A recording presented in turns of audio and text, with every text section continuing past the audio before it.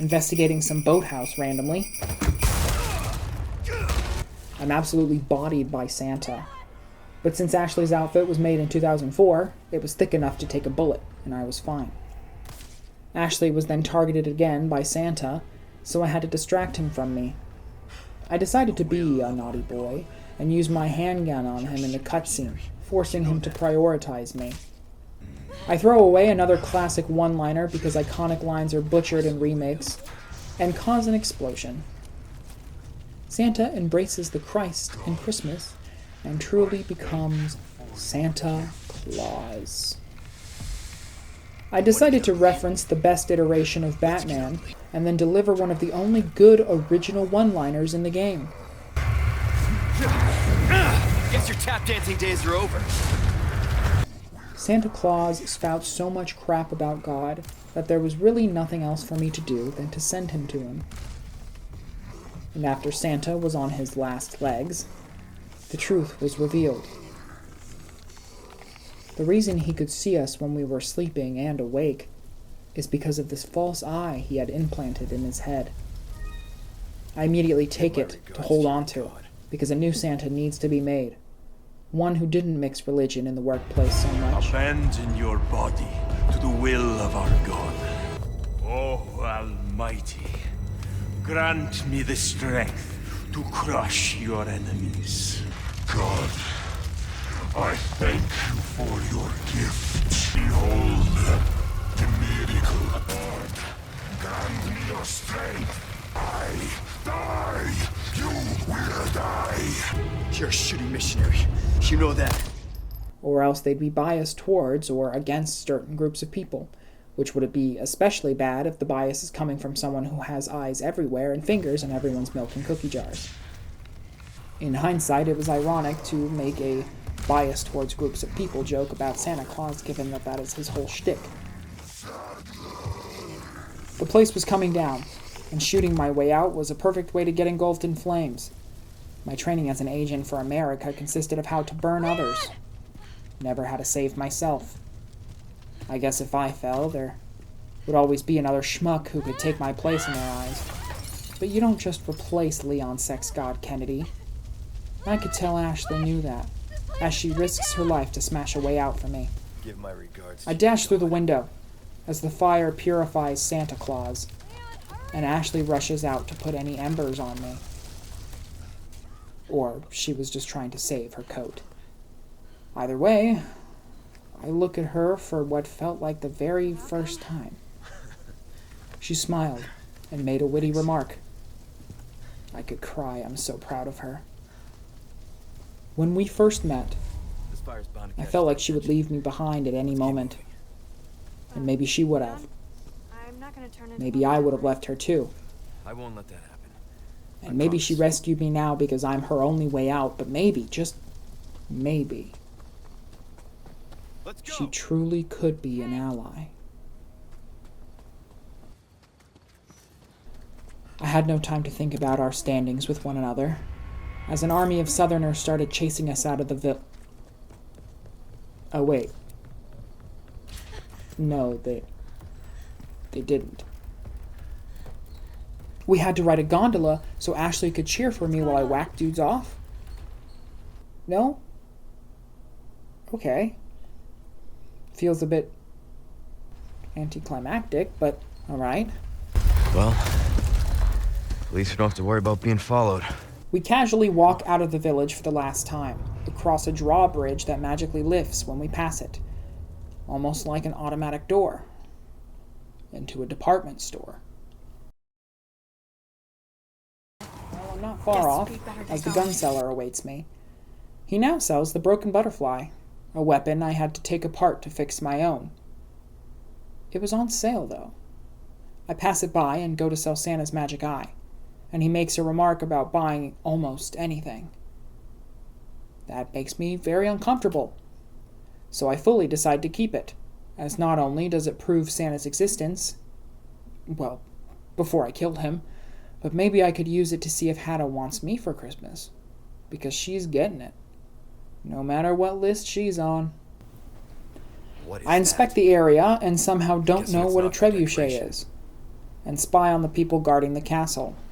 Something in my pocket heats up, and I feel an Courtyard's gotta be overwhelming through that sense gate. that these guys were not friendly. Naughty, even. Don't think our hosts are gonna roll So out I the should red give them carpet. coal. Or gunpowder, at least. I can't tell exactly who these guys are, so to prepare I delve into the Handcannon stats again and change how far the bullet travels, because it seems so unrealistically short. I also altered the focus settings because I think I have enough experience with this weapon to be able to fire it properly, even if it still gives me a hell of a lot of kick. Finally, I altered the upgraded weapon stats, mostly ammo capacity and reload speed. At this point in time, I'm not sure if these settings were saved, but they would be the settings I used for most of the remainder of the journey. We sneak past some chanting enemies, but Ashleigh hasn't met her screaming quota yet, so she decides to almost alert everyone to my presence. What are they? Shh. Keep your voice down. This castle looked oddly familiar, but I couldn't get a better view to see it properly. I entered a chapel area and hear some confessional. He mentioned something about a man named Bruno. But as soon as he decided to talk about him, his head bursts into a sickening monster which looks like it was designed to bite people's heads off if they didn't like them. I hit a weak spot on the second try,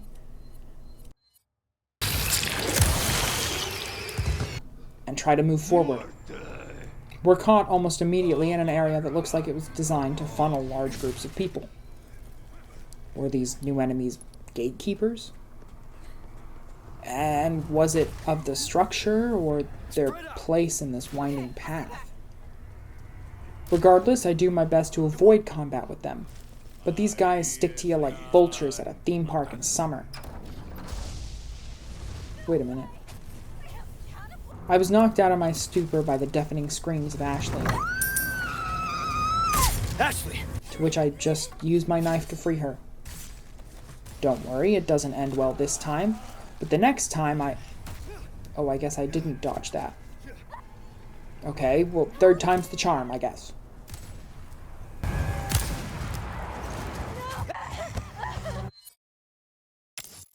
Fourth attempt go burr, so let's feel their warm welcome all over us again. You hurt? No, I'm okay. Ashleigh! Hell yeah. I show my lack of prowess with handguns, or maybe it's an awful design flaw, who can say.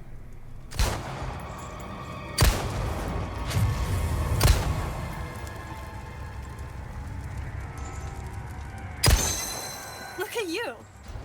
I also briefly upgraded my handcannon after wasting way too much ammo just for Ashleigh, and blast my way into the castle. Upon finding the gun seller again, I decided to purchase the broken butterfly. Why?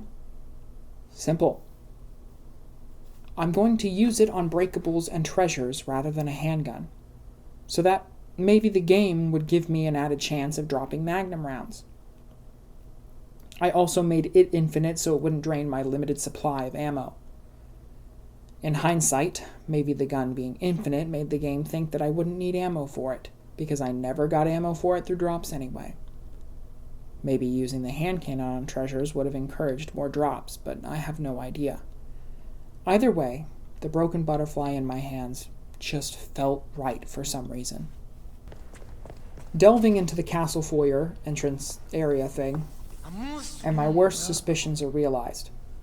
This castle was owned by the king of corporations, the Castellan of capitalism, Michael Mouse. It was clear that this was a Disney castle. And worse, everyone we've been facing in it up to this point must be Disney adults.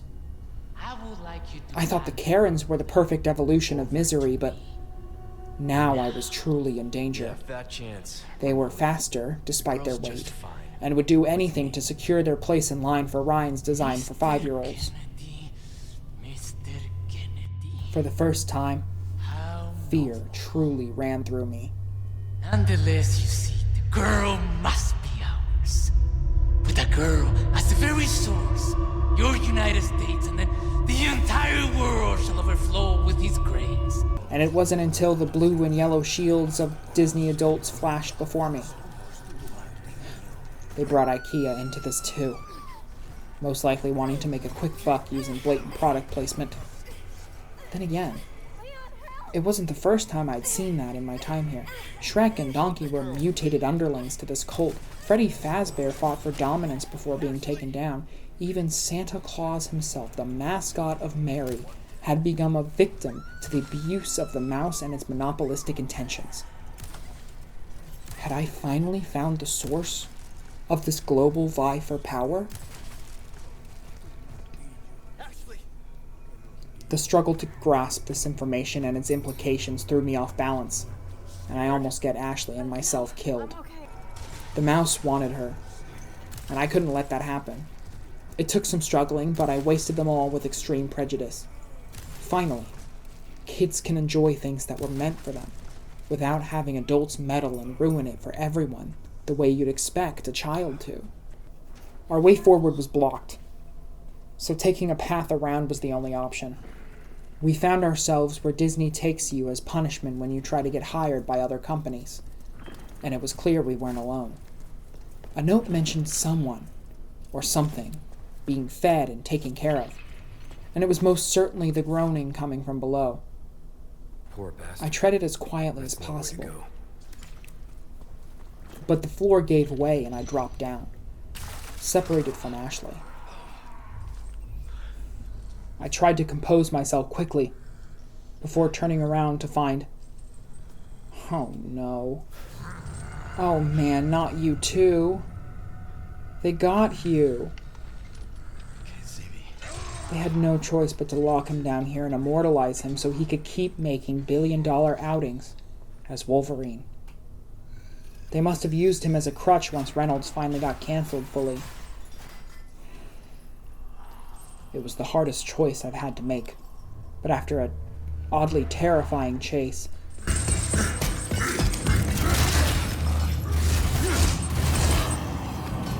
one perfectly placed shot through his adamantium ribs was enough to bring him down.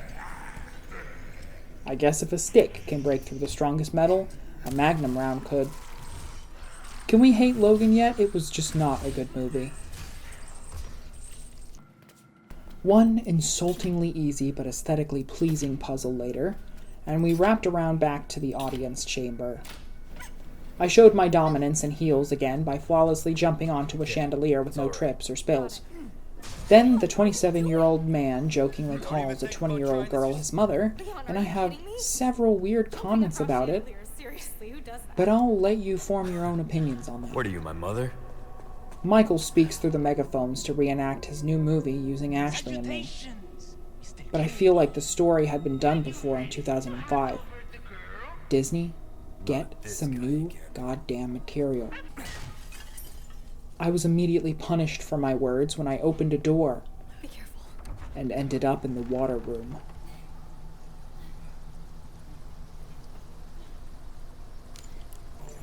With 37 bullets, I was honestly fine ammo-wise. I missed my first shot and Ash tanked a bolt for me. However, things picked up after. A handcannon should not have issues going through a wooden shield. It is IKEA though, so maybe the Swedes know something I don't. The Disney adults' mutation into their head-biting Karen form became a nuisance real fast. A guaranteed 2-shot enemy in a journey with the most ammo-limited weapon is miserable at best.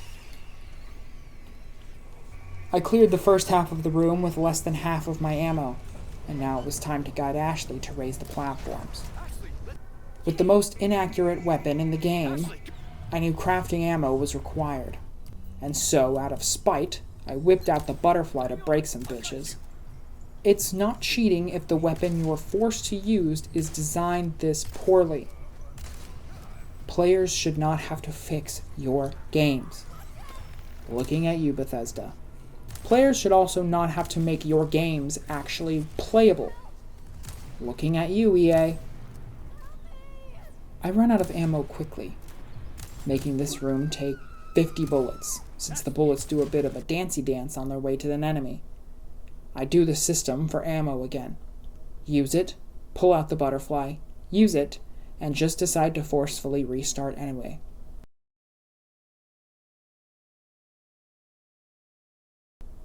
Upon restarting, I pick up magnum ammo. And by magnum ammo, I mean a single fucking bullet. To prevent another restart, I go into advanced weapon profiles to fix focus and accuracy, despite having the perfect focus and accuracy enabled already. Some editing later, and the gun is a little better, more fitting for a trained government agent like I am. I use every bit of ammo I have. I'll cover you, don't stop!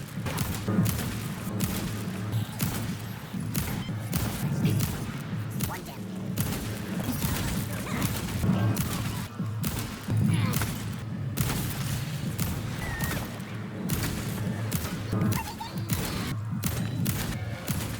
And it was just enough to progress.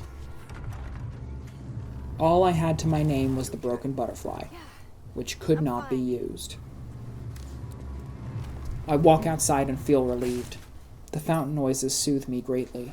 Come on. I want to sit and talk to Ashleigh, but if we falter, we'll be ambushed for cutting in line. She helps me unlock a door, and Looks I like check you're in in as place. well as I can. She seemed all right, You okay? I think so. but seconds later quickly collapses. I get closer to her, but she uses magical girl powers to turn my spiral heart rod into a combat knife and starts speaking in the third person, as if controlled by an outside power, or is changing into someone else. Temperance, child. Before I could get answers, Ashleigh kidnaps herself, which is a first, as she's the only one who hasn't done that to her yet. She also gives the worst line delivery of her role here, Temperance, child. but that's more so the writing's fault. Wait! Just as I got used to having her around, she was gone again. Just like that. Shit. At least when she used to get captured, it was from her pushing me away due to the stress of her condition. That made more sense. However, now she's not even in control of her own actions at all. This meant that whatever threats we were facing now might be much stronger. Before pondering the poor story of this journey, my day goes from could be worse to worse. Thankfully, I recovered my rod and dumped some treasure off before picking up a lovely set of body armor. After the deal is struck, I'm left with 16 rounds for my gun, and I will definitely need them. A room of Disney adults chant in tune to their favorite songs, but then they also have the same reactions to the singing as I do when in a showing of Wicked.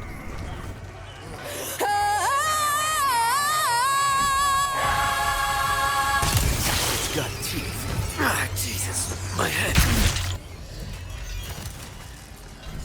I take down the theater kid perpetuating the singing. I'm a theater kid, I have the pass to say that. And get the hell out, failing to kill anything with large explosions, which used to be a pretty effective way for an American to eliminate people from other countries. With 7 bullets left, I swallow an entire fish and move on. Unfortunately, I've been followed and snuck up on. You can stop right there. My potential assailant was none other than Albert Wesker, who must have seen me follow You don't Hannah seem surprised. and wants to eliminate me. Interesting. I'm able to use truth and justice to gain the upper hand against Wesker's pointed finger, and the physical conflict ends as fast as it began. Using knives next time. Better for close I wanted encounters. answers, and it was odd to Not me a why bad Wesker was in play after getting what he wanted last time. So who are you working for this You time? know, Oh, Leon. I used to look up to Wesker, You know I don't work in captain of Stars, the same team I wanted to join when enlisting at the RPD. But now I was on the other side of his schemes, and I wish I'd never met my hero. She's lost no matter what. He tells me to leave Ashleigh behind. You walk My first away guess now. would be he doesn't want her to Anything talk, else? but she Maybe barely I'll knows have about her to father's again. actions. And then I might get you that greeting. What would you she were even know looking about Wesker? You think Does I'm she gonna have a give up link that to him easy? through their shared blondness? Or were Wesker and Sephora affiliated somehow? for. Right. If I was How still a about we cop, continue this call me discussion Commissioner another time? Gordon, because nobody ever tells me jack shit, and leaves me without a trace. But I wouldn't give up on her. Not after all we've been through.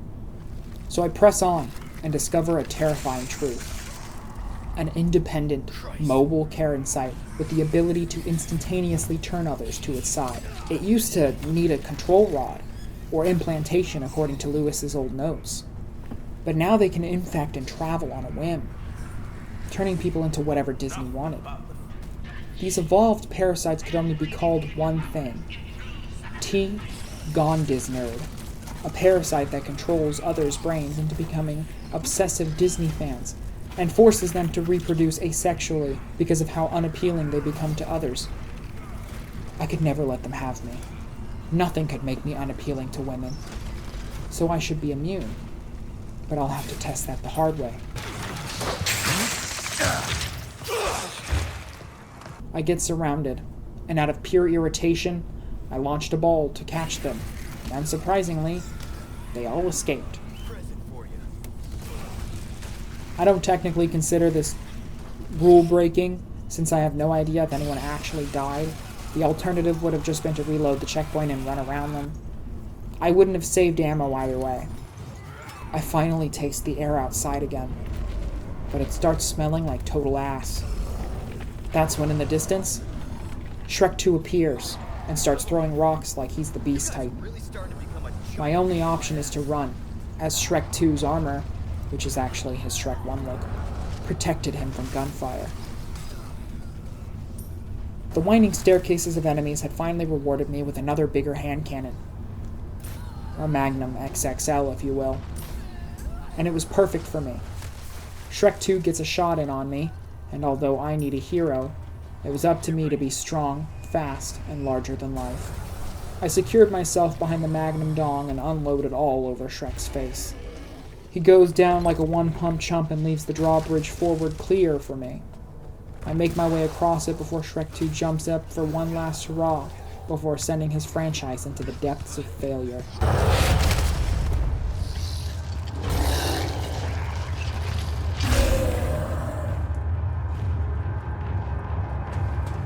Sorry, I've had my fill of you guys. I navigate to a cozy room to take a short rest. And to my relief, Ashleigh is hunkered down here too. She looks shaken up, but fine overall. My giant thighs startle her, and she curls up. That's when I realized the meek side of her wasn't originally who she was, but who she became when being forced in the middle of her family's internal and external struggles. But there's only so much attempted genocide one can take before you crack. I give her a pep talk fit for a guy who barely knows you on Snapchat after you post a black screen saying, "Don't talk to me." It's okay to be afraid, you know. But you can't run. You gotta keep moving forward. We will beat this. Together. I don't know if I can. You can. Just give me a heads up before you stab me next time, okay? Leon, thanks. But what I really mean is that I'm grateful to her.